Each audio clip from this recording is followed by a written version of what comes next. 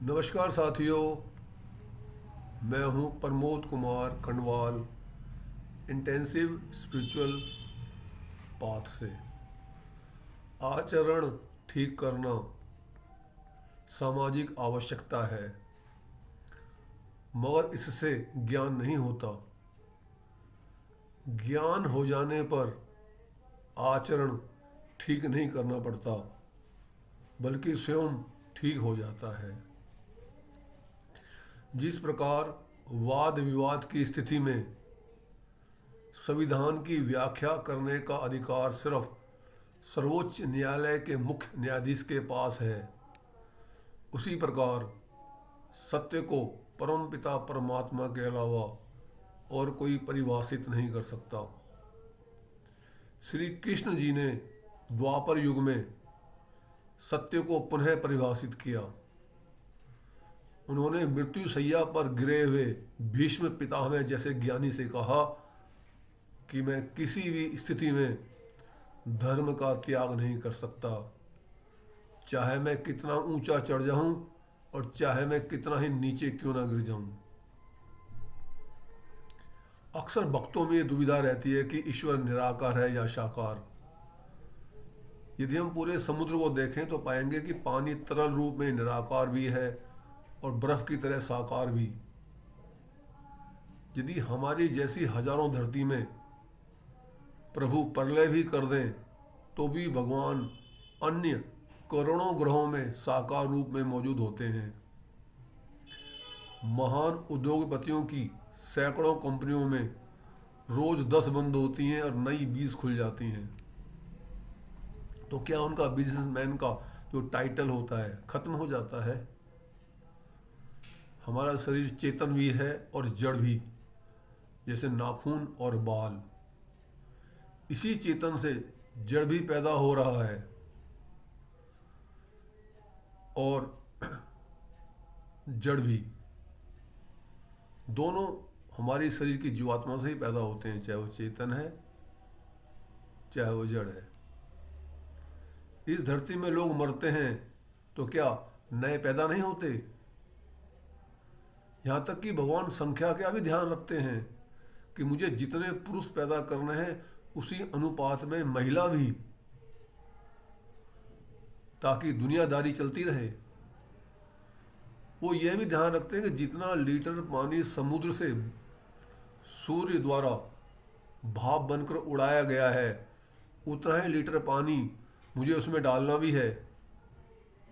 यही कारण है कि समुद्र के स्तर में कोई खास फर्क कभी नहीं पड़ता,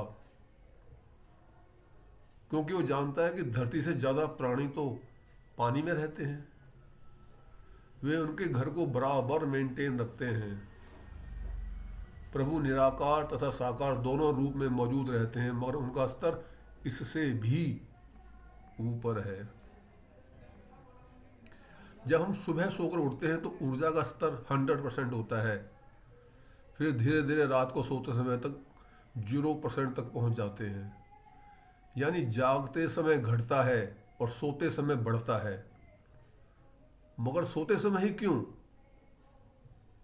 हम उस समय प्रभु के हाथों में होते हैं और प्रभु हमें ऊर्जावान कर रहे होते हैं।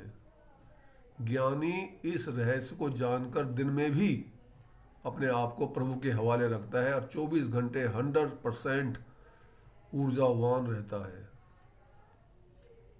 यदि हम किसी से नाराज हैं तो उसके साथ हमारे प्रेम की मात्रा हमारे नाराज की मात्रा से बहुत ज़्यादा है। हम घर में झाड़ू लगा रहे होते हैं, ऐसा हमें प्रतीत होता है, मगर हम झाड़ू नहीं लगा रहे होते बल्कि अपने हृदय की गंदगी साफ कर रहे होते हैं। इधर उधर घूम नहीं रहे होते बल्कि मंजिल की ओर बढ़ रहे होते हैं। स्वयं खा नहीं रहे होते बल्कि प्रभु को भोजन करा रहे होते हैं। पलंग पर नहीं बल्कि प्रभु चरणों में सो रहे होते हैं। कोई काम नहीं कर रहे होते बल्कि परमात्मा के कार्य में सहयोग कर रहे होते हैं। हर समय हमारे है भाव यदि हम रखें तो परमात्मा की अर्चना बन जाते हैं। फिर हमें मंदिर जाने के लिए अलग से समय निकालने की जरूरत नहीं पड़ती। हम सभी अपनी माँ को बचपन में ही बहुत अच्छी तरह पहचान लेते हैं कि चाहे वो कितना ही डांट डपट करे, मारे पीटे, पर वो हमारा कभी बुरा नहीं करेगी। माँ हमारे इस विश्वास को पहचान लेती है और ब्रह्मलीन होने तक अपनी शक्ति से अधिक हमारे लिए करती है। तो ये सब उचित पहचान के कारण ही संभव हुआ। इसी प्रकार हमें भगवान को उचित रूप से पहचान कर उन पर पूर्ण विश्वास करना चाहिए, क्योंकि हमारी माँ तो भगवान द्वारा उत्पादित एक छोटा सा ट्रेलर है। भगवान की हो पहले उचित पहचान, फिर होगा विश्वास, संकट होंगे समाप्त हमारे, तर देंगे हाथों हाथ।